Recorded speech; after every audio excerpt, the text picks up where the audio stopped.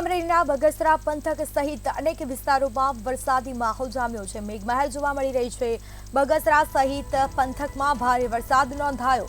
બગસરાના પીઠડિયા ગામની નદીમાં ઘોડાપૂર આવ્યું હોય તેવી પરિસ્થિતિનું નિર્માણ થયું। નદીમાં ઘોડાપૂર આવતા વાહન વ્યવહાર બંધ કરવામાં આવ્યો છે।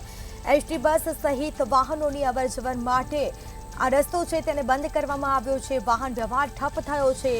બીજી તરફ લોકો પણ પરેશાન થયા છે। તો આ સીધા દ્રશ્યો અમે આપને બતાવી રહ્યા છે, જેમાં અમરેલીના બગસરા સહિત પંથકમાં ભારે વરસાદ થતા વાહન વ્યવહાર ઠપ થયો છે।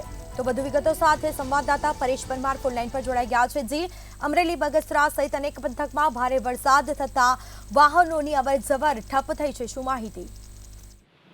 બિલકુલ, બગસરા પંથકમાં આજે મેઘાની તોફાની બેટિંગ જોવા મળી છે। ત્યારે બગસરા પંથકમાં જે મુશળધાર વરસાદ પડ્યો છે, ત્યારે બગસરાનું જે પીઠડિયા ગામ છે એ ગામની સ્થાનિક નદીમાં ઘોડાપૂર આવ્યું છે। જે નદીમાં ઘોડાપૂર આવતા એસટી બસો સહિતના જે ગામો છે જે અવરજવર કરતા હોય છે, જે વાહનોની છે અવરજવર એ અત્યારે ઠપ થઈ છે। ત્યારે આપણે જો બગસરા સહિત પંથકની જો વાત કરીએ તો મેઘરાજાની જે તોફાની બેટિંગ છે જે વહેલી સવારે 6 થી 8 દરમિયાન માત્ર 2 કલાકમાં 3 ઇંચથી વધુ વરસાદ ખાબક્યો છે।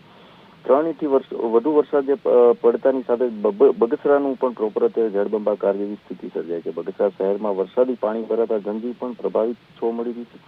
બગસરા શહેરના જે નીચાણવાળા વિસ્તારમાં આવેલી જે કેટલીક સોસાયટીઓમાં પણ પાણી ભરાયાના સમાચારો મળી રહ્યા છે। ત્યારે આસોપાલવ સોસાયટી, મધ્યમ વર્ગ સોસાયટીના જે રહેણાંક મકાનો છે તેમાં પણ વરસાદી પાણી ઘૂસ્યા છે।